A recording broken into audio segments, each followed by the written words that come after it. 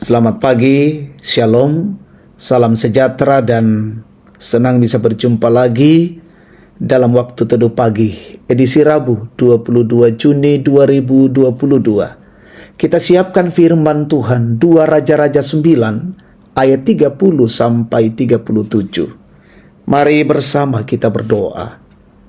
Betapa kami bersyukur Tuhan, kasih-Mu dan anugerah-Mu senantiasa melingkupi kehidupan kami. Pagi ini kami boleh dikaruniakan hari baru, hari berkat Tuhan untuk kami. Pada kesempatan ini kami rindu membaca firman-Mu. Tolonglah kami ya Roh Kudus, mampukan kami untuk memahami firman Allah dan melakukannya dengan baik. Berfirmanlah Bapa, ampuni dosa kami. Di dalam nama Yesus kami berdoa. Amin. 2 Raja-Raja 9 ayat 30 sampai 37. Isabel dibunuh. Sampailah Yehu ke Yisrael. Ketika Isabel mendengar itu, ia mencalak matanya, dihiasinya kepalanya, lalu ia menjenguk dari jendela. Pada waktu Yehu masuk pintu gerbang, berserulah Isabel, "Bagaimana? Selamatkah Simri, pembunuh tuannya itu?"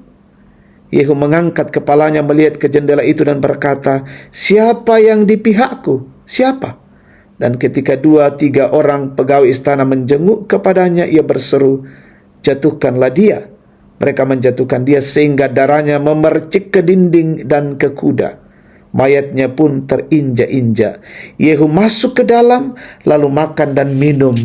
Kemudian ia berkata, "Baiklah, urus mayat orang yang terkutuk itu dan kuburkanlah dia, sebab ia memang anak raja." Mereka pergi untuk menguburkannya, tetapi mereka tidak menjumpai mayatnya, hanya kepala dan kedua kaki dan kedua telapak tangannya. Mereka kembali dan memberitahukannya kepada Yehu, lalu ia berkata, "Memang begitulah firman Tuhan yang diucapkannya dengan perantaraan hambanya Elia orang Tisbe itu. Di kebun di luar Israel akan dimakan anjing daging Isabel.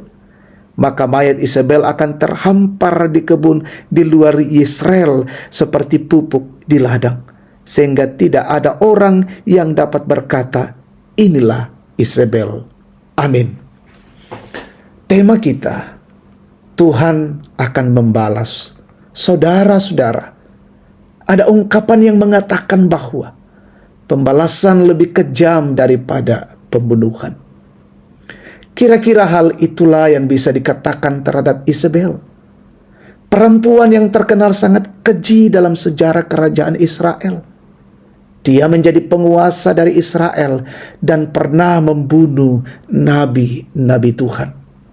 Sebagai akibat dari kejahatannya, Tuhan mengangkat Yehu untuk menjadi raja atas Israel, untuk maksud menghentikan kejahatan, bahkan untuk membalas kejahatan Isabel. Yehu melaksanakan amanat Tuhan dengan mengatakan, "Beginilah firman Tuhan Allah Israel, telah kuurapi engkau menjadi raja atas umat Tuhan, yaitu orang Israel.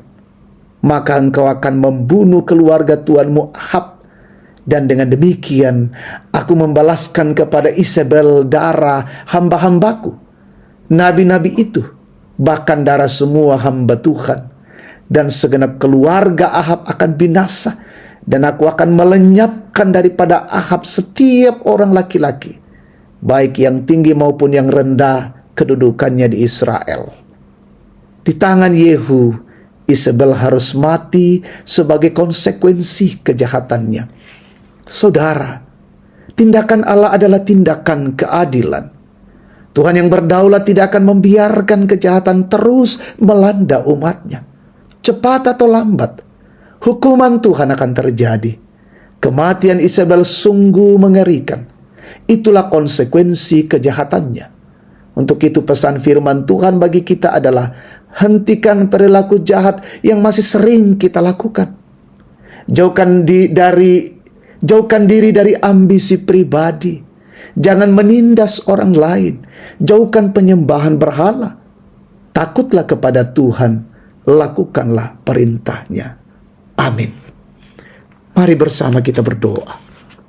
Oh Tuhan Allah, terima kasih firman-Mu sungguh menguatkan kami bagaimana menjalani kehidupan ini di dalam dekapan kasih Tuhan. Ajar dan bimbing kami untuk taat, setia, dan melakukan perintah-perintah-Mu. Jauhkan kami dari perbuatan-perbuatan jahat. Kami benar-benar menjadi anak-anak Tuhan yang baik dan menjalani hidup dengan benar. Kami berdoa untuk siara hidup hari ini. Tuntun dan peliharakan kami dimanapun kami berada, dalam bekerja, berusaha, mengangkat tugas dan pelayanan aktivitas. Oh Tuhan, tuntun kami lewat kuasa Roh Kudus-Mu. Anugerahi hikmat pemimpin bangsa di negeri ini. Pemerintah kami menegakkan keadilan dan kebenaran. Berkati umat Tuhan, ada yang sakit sembuhkan, berduka hiburkan, orang tua kami kuatkan, teguhkan, yang berulang tahun sehatkan dan sempurnakan sukacita mereka, bahkan yang bergumul topang dengan kasih-Mu. Tuntun hidup kami hari ini, sungguh-sungguh kami lalui dengan penuh kasih dari-Mu. Ampuni kami ya Bapa, inilah syukur kami. Di dalam nama Yesus firman yang hidup, kami berdoa. Amin. Demikian waktu teduh bersama. Tuhan memberkati kita.